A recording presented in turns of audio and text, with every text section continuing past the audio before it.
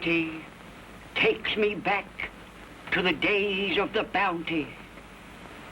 Days in hell, nights in paradise, then days in hell again.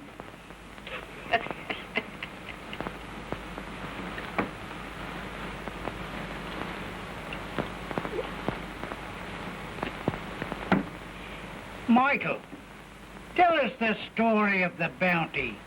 I've never heard the truth of it. Yes, Michael, you old son of a gun. I'd sell me breeches to hear the truth of that mutiny. You remember? You said the tune you played just now brought back memories.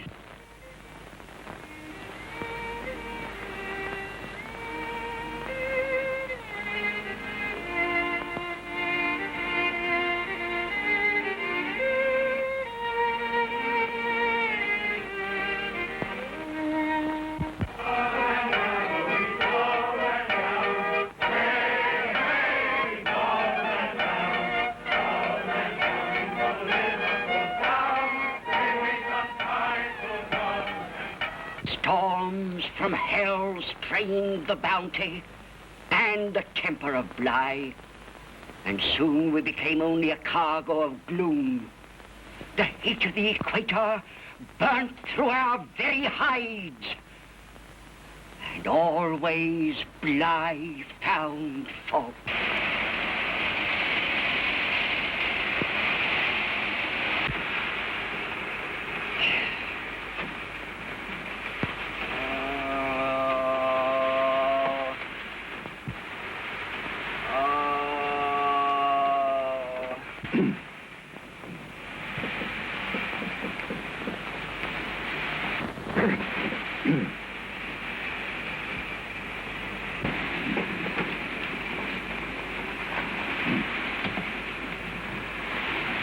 I know the Cooper to be a damned infernal liar. Now take these orders, Mr. Christian, and see that they are carried out.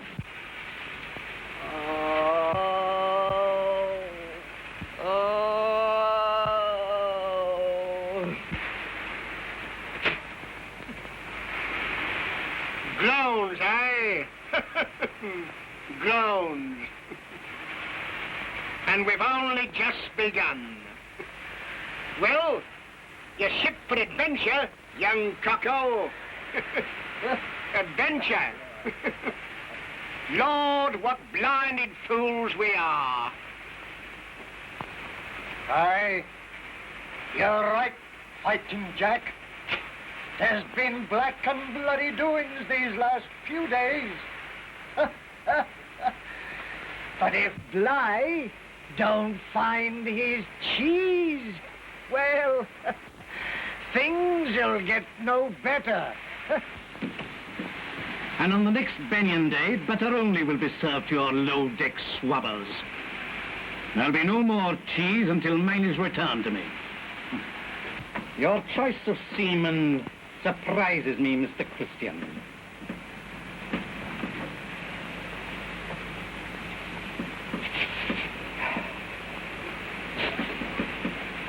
You've picked a bunch of thieving jellyfish.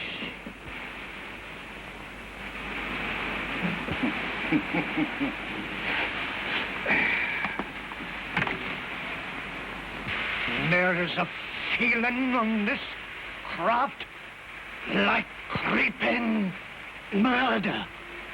Don't you feel it yourself? Something in the wind. Something in the creak of the timbers. Oh.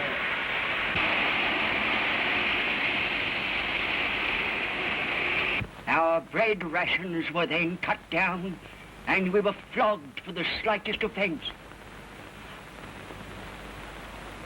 I remember quite early in the voyage the lashing of poor Quintal.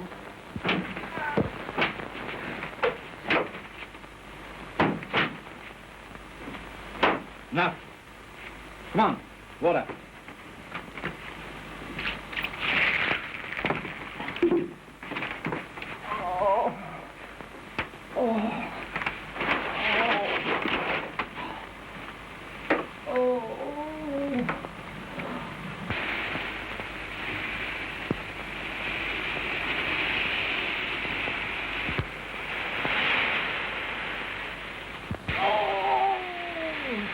Oh.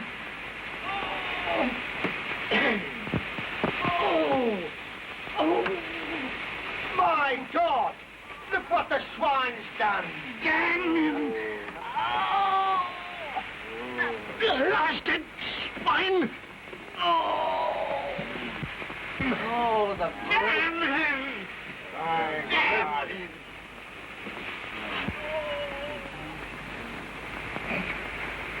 God!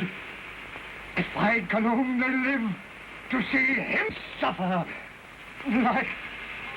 like we've been. Grub allowed us was so meager, drew lots to see who should take it all. Many times we fought like wild beasts.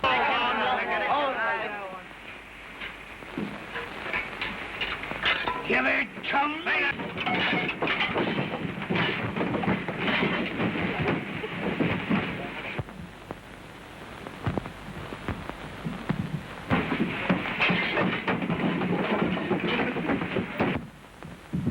Stuart! Stuart! Stuart!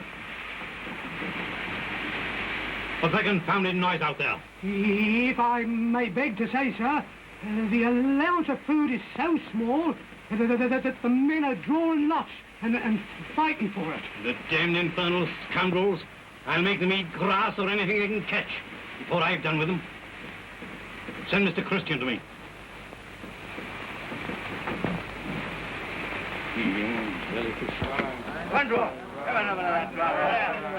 All right, Coco. You're always showing to me. For weeks we battled against the seas of Cape Horn before Bligh decided to turn from that course. Hey, boys, we're leaving the Cape. Oh, Bedford's turning the ship round. We'll be out of this hellhole anyhow. We're filling them up again, aren't we, lads? Begorra we are. Of course. Ooh, I can feel the cold wind of the Horn blowing us on and on to the warm fairyland of Tahiti. Oh, the memory of those nights as we skimmed the sea all silver with moonlight, and then at last saw land birds coming to meet us. And then, one day... Tahiti! Tahiti! Tahiti! Tahiti! Tahiti! Tahiti!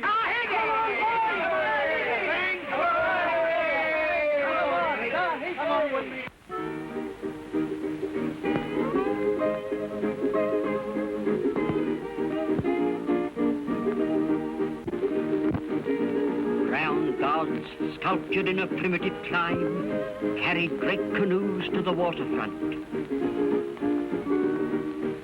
Princess Titia, decked with garlands of frangipani, passes on her way to greet the men of the Bounty. Their muscles that are shaped by the rippling pools they swim in.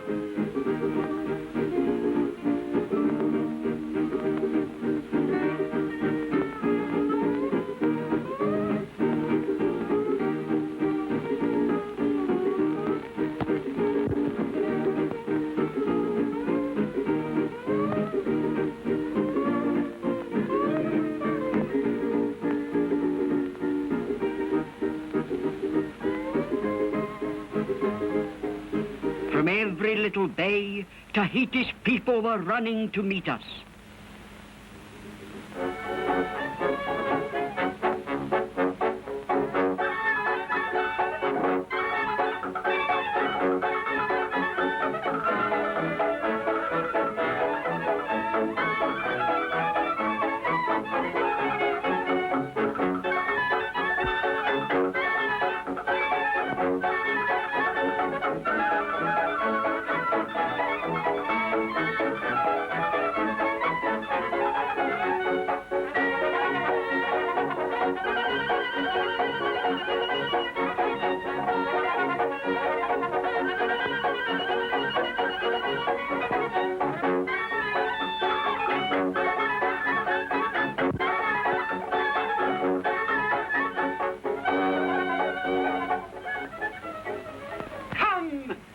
drink to those Tahiti days, to those girls. Ha, ha, ha, me lads! What girls! What days! What nights! See, the crews of Wallace and Cook were right when they told strange tales of this paradise beneath the sun. Aye, me lads, they were right.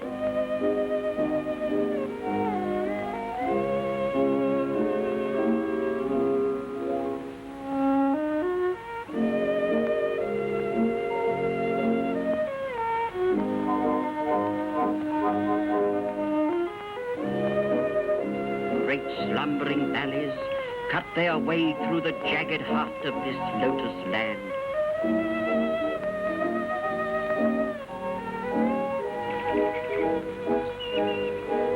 In the heart of Tahiti, we heard the song of birds as great waterfalls leapt from precipice to turn to mist.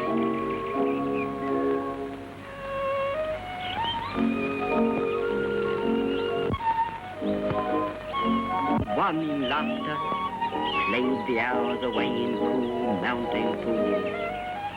Their voices sang to us a song of freedom, and we listened thinking I could snatch for ourselves this most priceless of all man's wishes.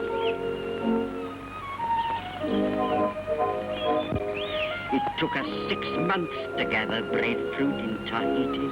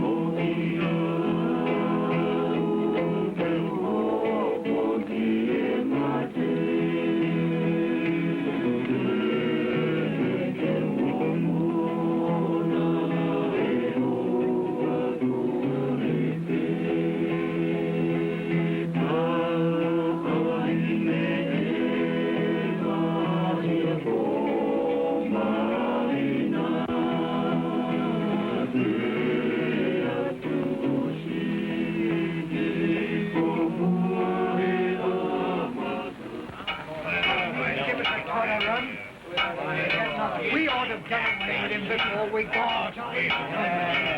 By God, I won't. I don't think Christian will either. You know, he's mad about a girl. He's not the only man mad about a girl.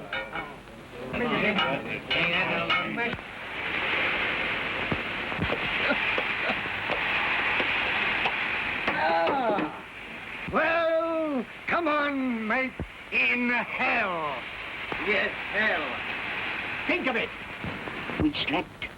Fletcher Christian, aided by only a handful of men, quietly seized the Bounty. Not a shot was fired. Not a sound was heard. Are you with me in this adventure, Edward Young? Yes, sir. Then break out the arms. Immediately. It's a desperate act, Mr. Christian. Are you sure of what you're doing? Yes, all the starboard watch are asleep. And my men are already in Bligh's cabin.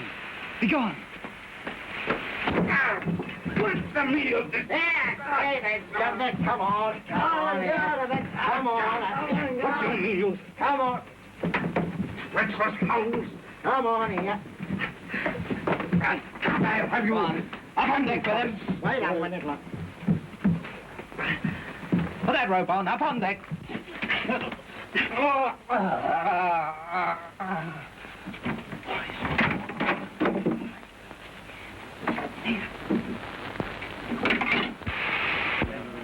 up.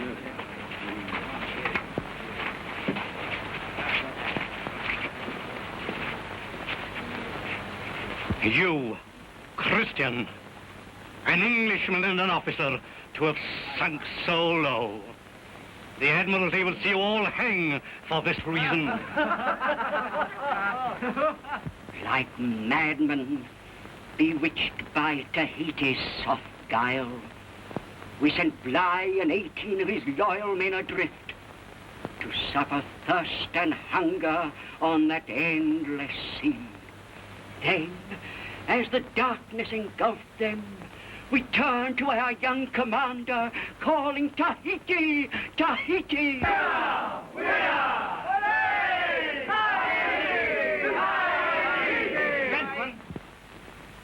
I will carry you and land you wherever you please. I desire none to stay with me. I have only one favor to beg. That you grant me the Bounty. Make fast the foresail and leave me to run before the wind. I have done such an act that I cannot stay at Tahiti. And I'll never live to be carried home, a disgrace to my family. Go where you will, Mr. Christian. We shall never leave you. We tried to make a colony on an island called Cubai. What happened there? We drank heavily and fought over the women until Christian decided at the risk of his life to drive us from those accursed islands.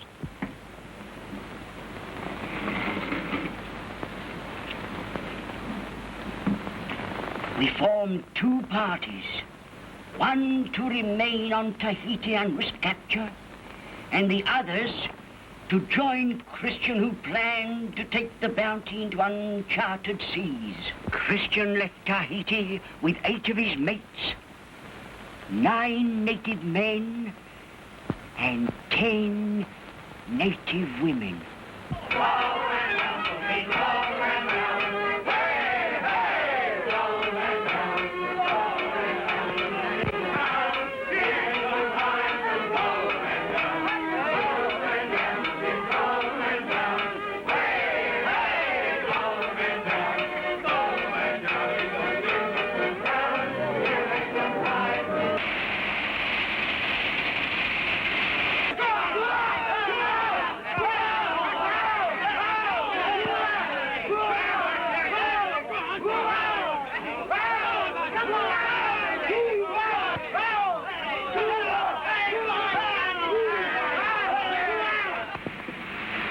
We are become self-made villains. So long as we live, we are hunted men. You exaggerate, sir. There be lovely islands where we can never be found. Aye, But unfortunately, we cannot escape from ourselves, nor from our own contempt. The die has been cast, Edward Young, and there is no turning back. The future holds the most awful adventure of all. Worse than the gallows.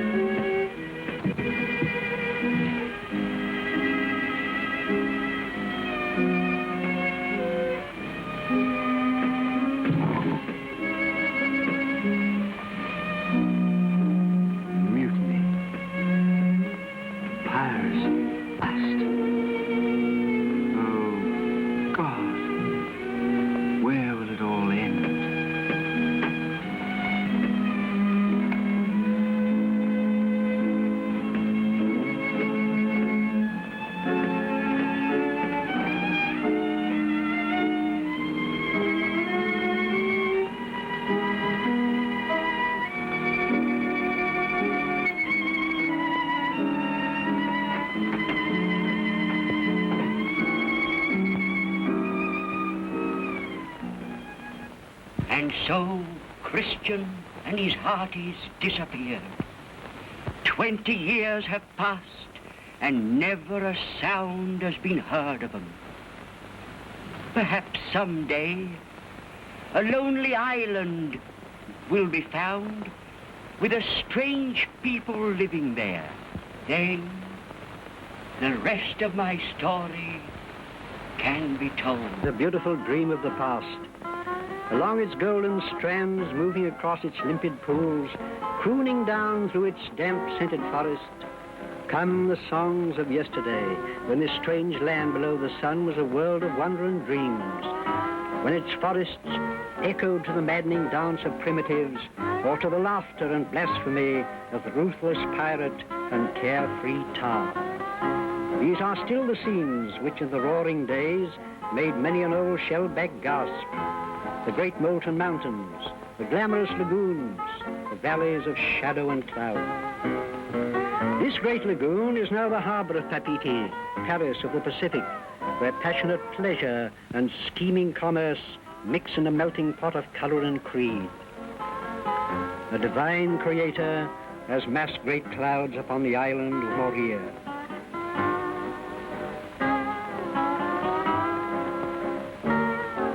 Through the rigging of our ship, we can see Papeete sleeping under the noonday spell.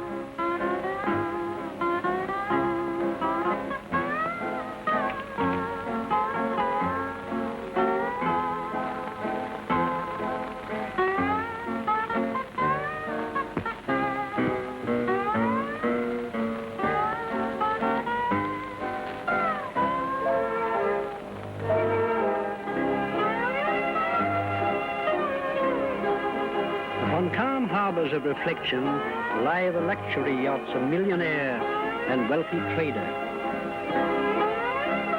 Like mounds of snow in a tropic heaven, great cloud banks mass behind schooner spars. We move along the fringe of Tahiti's great lagoon, a haven without wave or tide. Only warm winds to make a music ripple and impress one's mind with memories that never fade.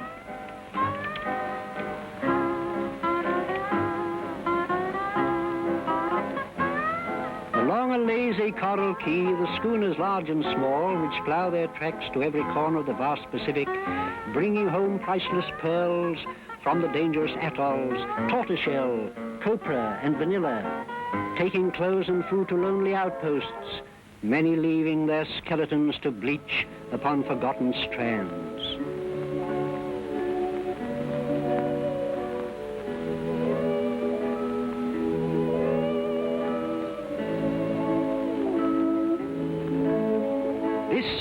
the white feather is being provisioned to take you down through the dangerous archipelago upon the same trail taken by Fletcher Christian when he left Tahiti with his mutineers, never to be seen again. A following wind filled the sails of the white feather as the Chauvels left Tahiti to follow the Bounty's trail. We have now entered the doldrums, now running by motor power through a silver sea of sleep. First of the coral atoll shows up, a little fantasy of reef and sand. The fate of the Bounty remained a mystery until a whaler, blown from its course, stumbled across a grim little island 10 miles south of Tahiti. The discoverer of this island called it Pitcairn's Island and found it to be inhabited by a strange race of half-castes, the descendants of the Bounty mutineers. These atolls, which are generally termed the Dangerous Isles, are 80 in number. With waving palms and beds of brilliant coral, they extend for a distance of nearly 1,000 miles south from Tahiti. As dense shadows of palm, they pass by upon a heated sky. Many are large and populous. Others have only sand and strutting bosun birds. Solitude succeeds solitude, and lonely wrecks lie bleaching under a devouring sun, grim reminders that we are traversing the most dangerous sea track on the globe. The miracle is that Fletcher Christian was able to keep clear of these treacherous isles.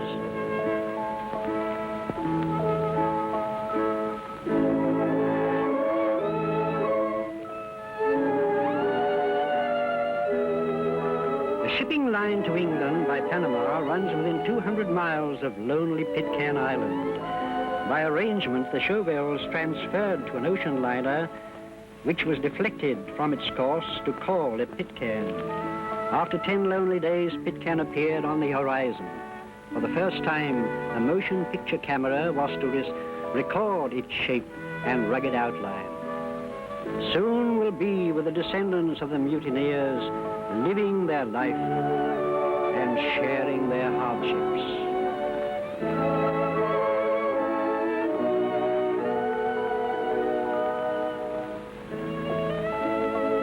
Steamer. Marks a red-letter day for these isolated people who hurry to the waterfront to man their boats. They will take out fruit and souvenirs with which to barter for flour and any small comfort the steamer can spare. From the timber of wrecked ships and the small trees of Pitcairn, they have fashioned wonderful boats. Throughout 4 generations, the art of boat building has been handed down from the sailors of the Bounty.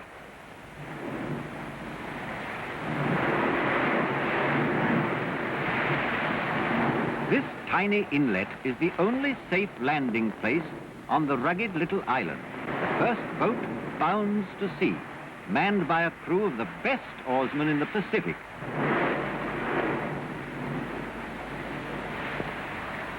For a brief hour, the steamer will link this lonely island to our civilization.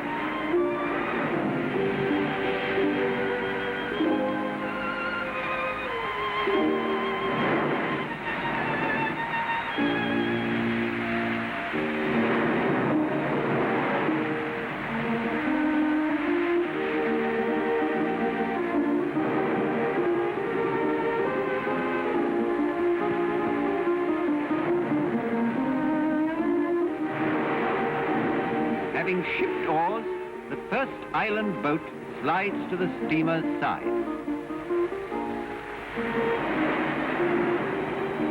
Like a piece of cargo, Mrs. Chauvel was swung to the Pitcairn boat. She will be the first Australian woman ever to land on Pitcairn Island.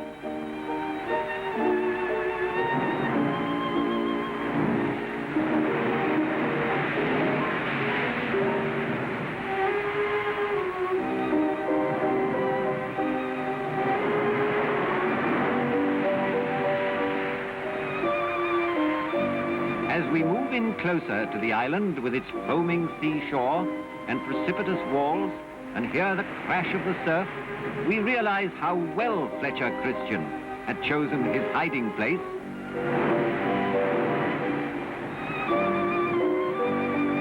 A narrow passageway between rocks has to be negotiated before a landing can be made at Bounty Bay. Even during the calmest weather, a heavy surf rolls in and boats have to await their turn to ride upon the back of an incoming wave.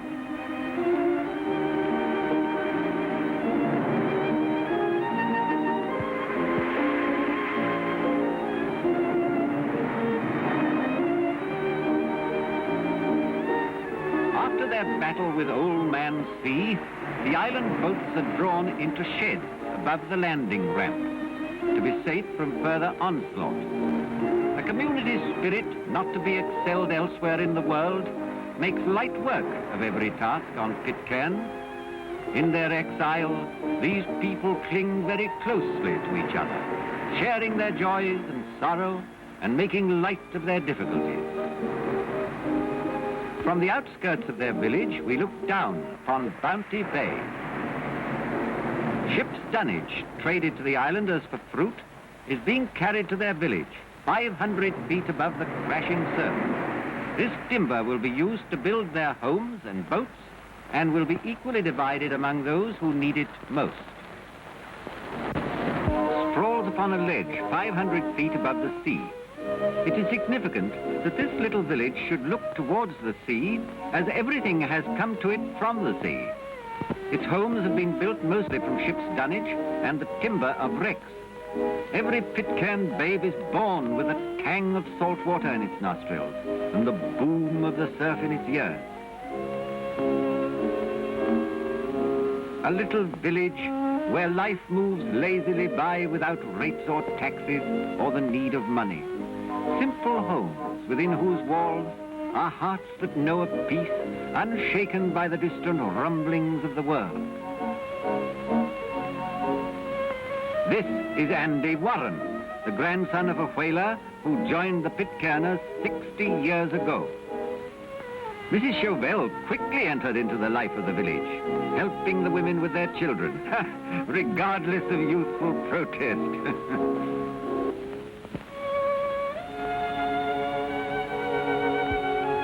Utopia, with its luscious fruits and tropic flowers. The Bounty brought the breadfruit to Pitcairn instead of to the West Indies, and sea captains have added their share to the varied collection of plants. This Pitcairn girl is weaving a straw hat from the dried leaves of the pandanus palm.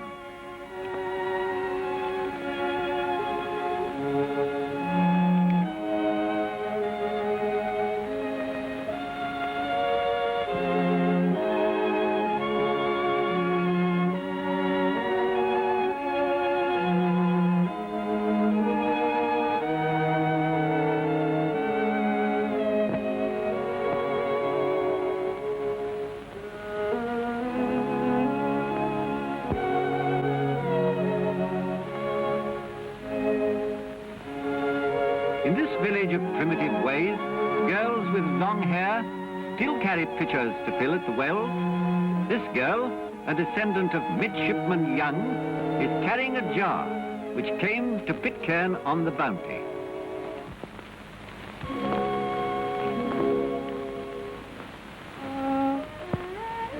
Under the community system, all rations from passing steamers are divided equally among the 52 families of the island.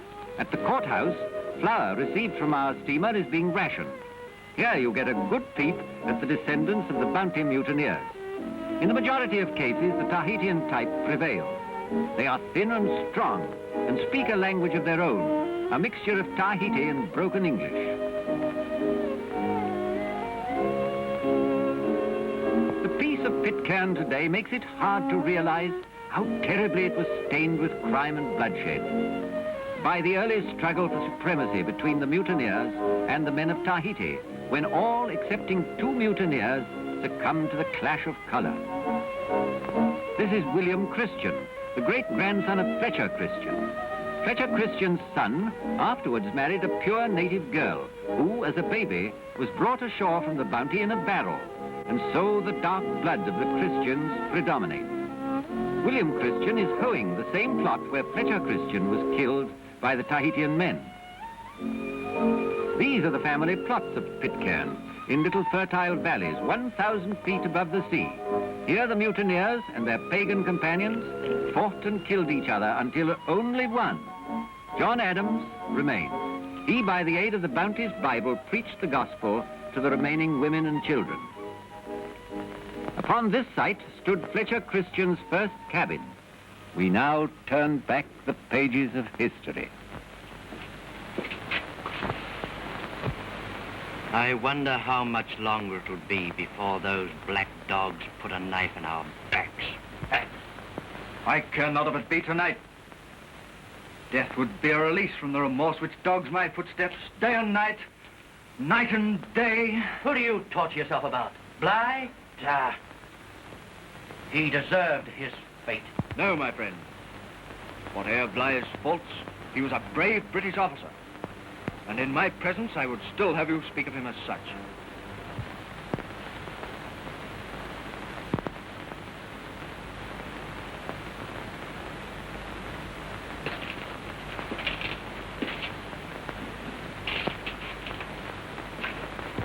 John Adams has made a strange request.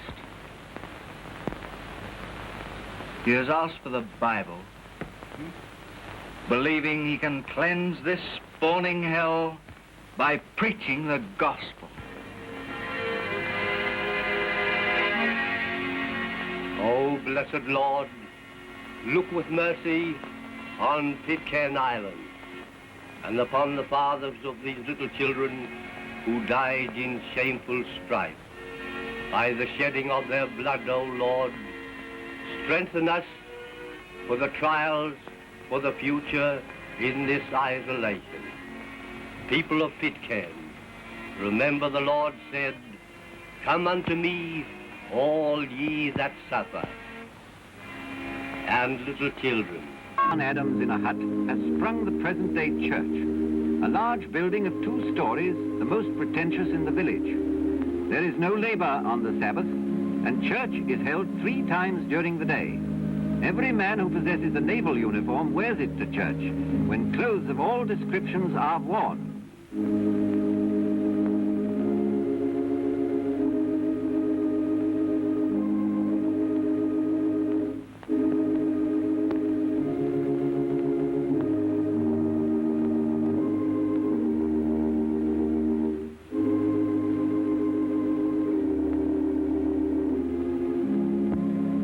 Most of the timber for this church was cut from the trees of an island 200 miles from Pitcairn.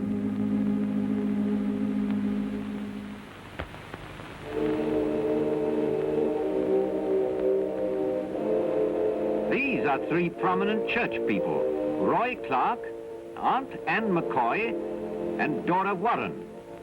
Edwin Christian, the Beau Brummel of Pitcairn, talks with his wife after the morning service. In Pitcairn's smithy, old Benjamin Young, the great-grandson of Midshipman Young, is turning the Bounty's vice, which is still doing service on the island today. Benjamin Young is 84 years of age and is one of the keenest men on Pitcairn. Aunt Anne McCoy, descendant of mutineer McCoy, is busy making a basket from the leaves of the pandanus palm. Her old fingers are almost as deft as those of the young people.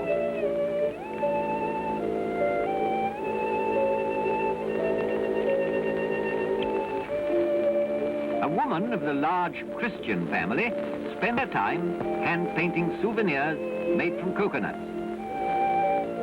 Edwin Christian is the spiritual leader of Pitcairn, his sterling qualities being an inspiration to all. When death comes to Pitcairner, a tombstone is cut from the rocks washed smooth by the sea. Edwin Christian is here seen hewing a tombstone from a rock below the landing place. The stone ovens of the island are also made from these rocks.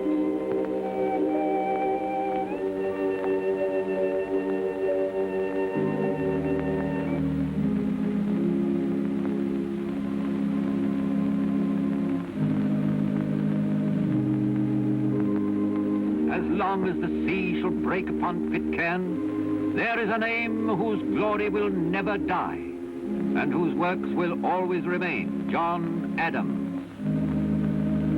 Necessity has taught Pitcairn to be entirely self-supporting, as the possibility of a steamer calling becomes more remote as modern commerce is speeded up. Here we see Pitcairners making their salt. Each family owns its saltwater pools on the seafront, where in rough shelters the water is boiled off, leaving a coarse-grained salt. This is the crude sugar mill of the island, which is used by each family to manufacture the juice, which takes the place of refined sugar.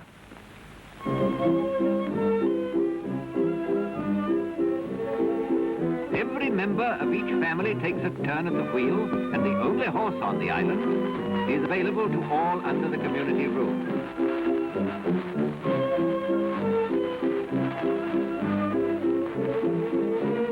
Two families are busy at the arrowroot mill. The roots of the plants are being grated preparatory to being ground to pulp.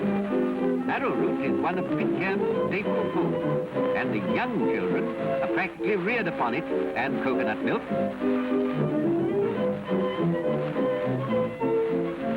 Little Beulah Christian is a worthy example of Pitcairn's youngest generation. The roots are ground and the pulp is squeezed of its precious juices, which, when set, become arrowroot.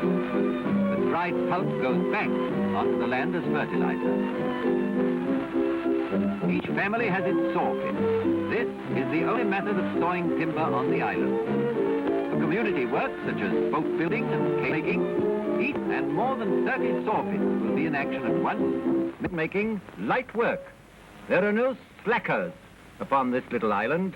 Every man does his bit. One of the large canoes from the fishing fleet is being carried to the village for repairs. The Pitcairners take great pride in their boats, which are kept in excellent order.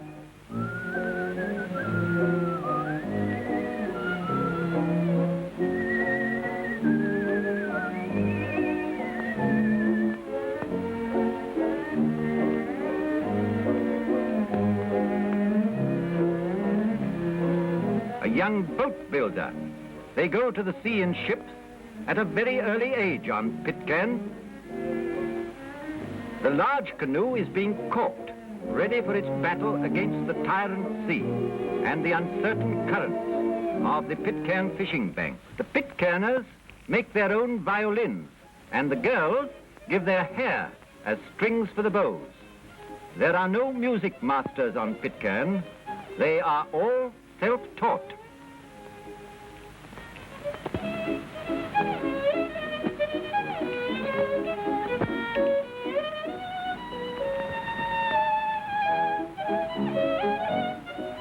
Here's Pitcairn's Don Bradman making his own cricket bat.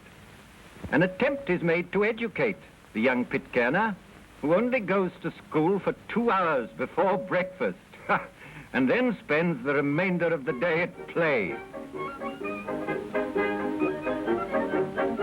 The young men of Pitcairn are of excellent physique, and although they climb and swim, they are great believers in physical culture. These young men are the product of inbreeding for a period of 160 years. Realizing this, the physique and mental capabilities of these people surprise one.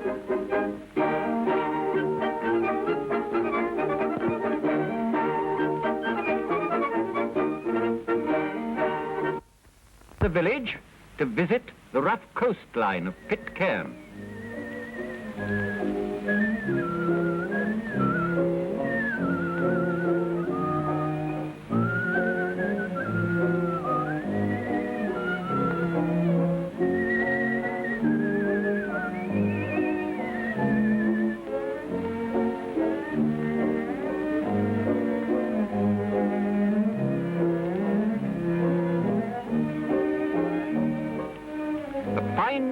Mist drives in from the surf, sweeping past mountain and palm.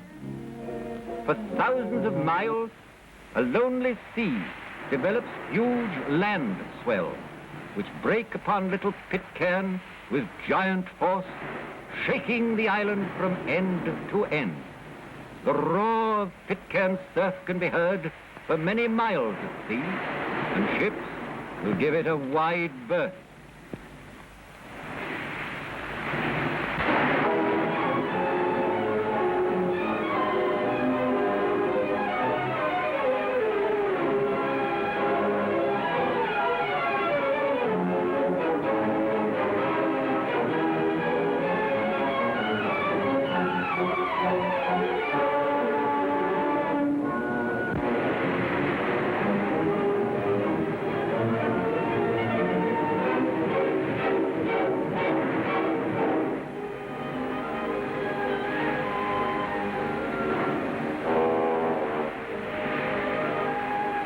Sheltered from the winds, the surf rolls in more lightly upon Bounty Bay.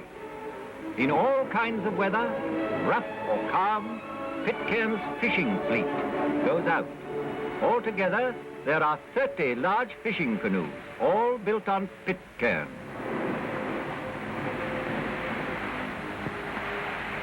A Pitcairner is returning home with his fish. He will have to shoot the breakers. A great wave rushes to envelop him. He's on its back. Will he make it? No. Ah! He's over! And so are the fish.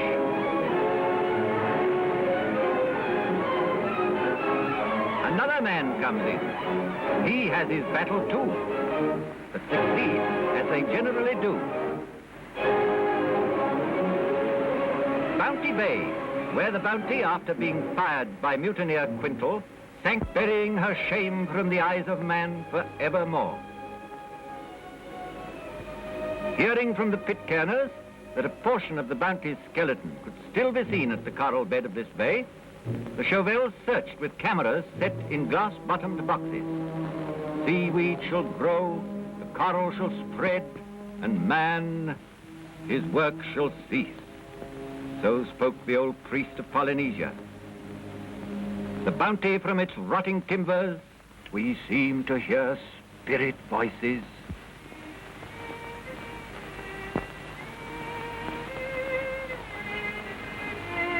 And so, the seaweed covers memories of a day when man went straight to pleasure, glory, or fortune without much meditation.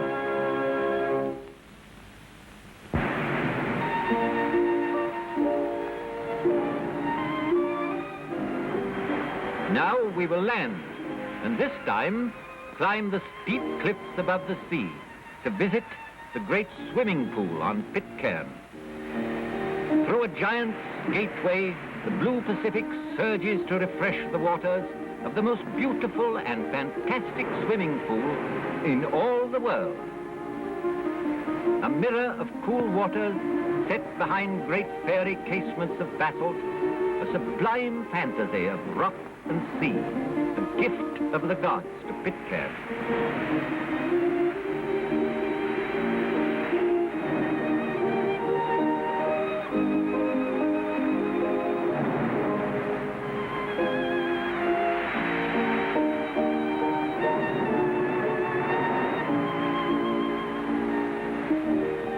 As specks in a foaming sea, canoes of the fishing fleet glide by the Devil's Gateway as they return to Bounty Bay.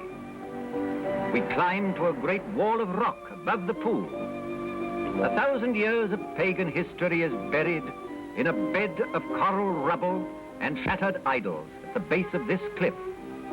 There were men here in a stone age, making hammerheads and chisels of stone and etching their histories and beliefs upon the mountain sides. On this wall, Charles Chauvel discovers what is perhaps a heathen story of creation, as the sacred birds of old Polynesia are plainly outlined with the fruitful tree, the stars of the sky, and the fishes of the sea. We climb on to the higher peaks of the island and look down to the rugged coastlines we have left behind. Each family owns its flock of goats, and they are earmarked just as we earmark our sheep. This is Goat House Mountain, on which can be seen Fletcher Christian's cave. By the aid of ropes, the camera party is now nearing the cave. In this cave, far above the sea, Fletcher Christian, as a hunted and distracted man, spent long periods away from the village, longing for the sight of a fish. We come to Pitcairn's public notice board, where all announcements are posted. If any person can give a reason why Alan Christian should not marry Eva Christian, let him now speak or forever hold his peace. A Christian man desires to keep another Christian's daughter, hence the shower of rose petals and the passing of Pitcairn's admiral, chief engineers and stewards in the uniform of numerous shipping lines.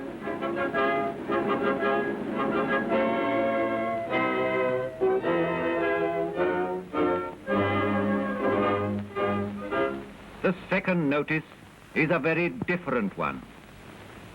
David Young's firstborn is failing hourly. The ship Matapopa is now due in these waters, and its doctor can save David's child. Volunteers are needed to keep the beacon alight and to take turn at the wireless.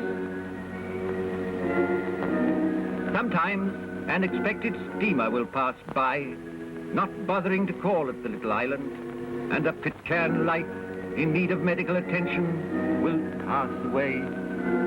This night on the cliffs, a little band will watch and hope. May the Lord with me, and let us exalt his name together. I found the Lord, and he heard me. David! And David! Do you think the ship will call? we can only hope and pray, Martha. As the good Lord wills, so shall it be. So shall it be. This poor man cried, and the Lord heard him. And any fireworks on deck tonight? No, it's as dead as a doornail down there tonight. The blonde's off colour and it's had to see old Doc. Oh, thanks. I always did prefer medicine to wireless. You know, I should have been a doctor, Jim. You don't do so badly for yourself, you old blighter.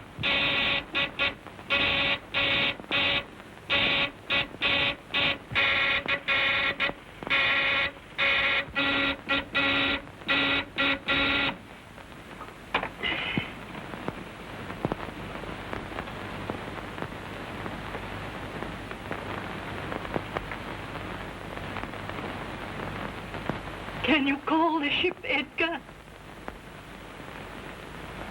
I don't think so, Mother.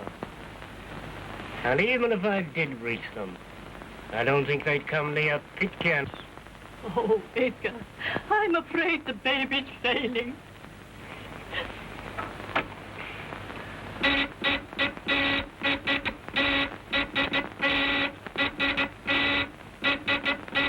the angel of the Lord encampeth around all them that fear him, and delivereth them. Oh, fear the Lord, for he is good. I can't stand anymore. Fear the Lord, ye faint hearts. I want a doctor. Do you hear, David? A doctor. Martha.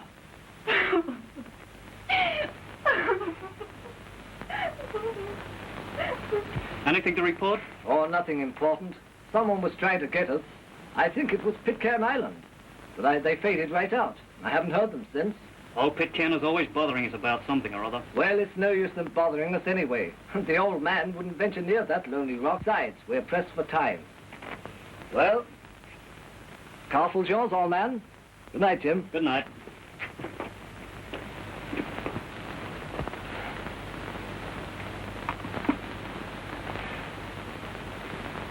They seem to be getting further away every minute. And even if I got them now, they wouldn't come. They'd lose too much time. Sorry, old man. But I've done my best, David.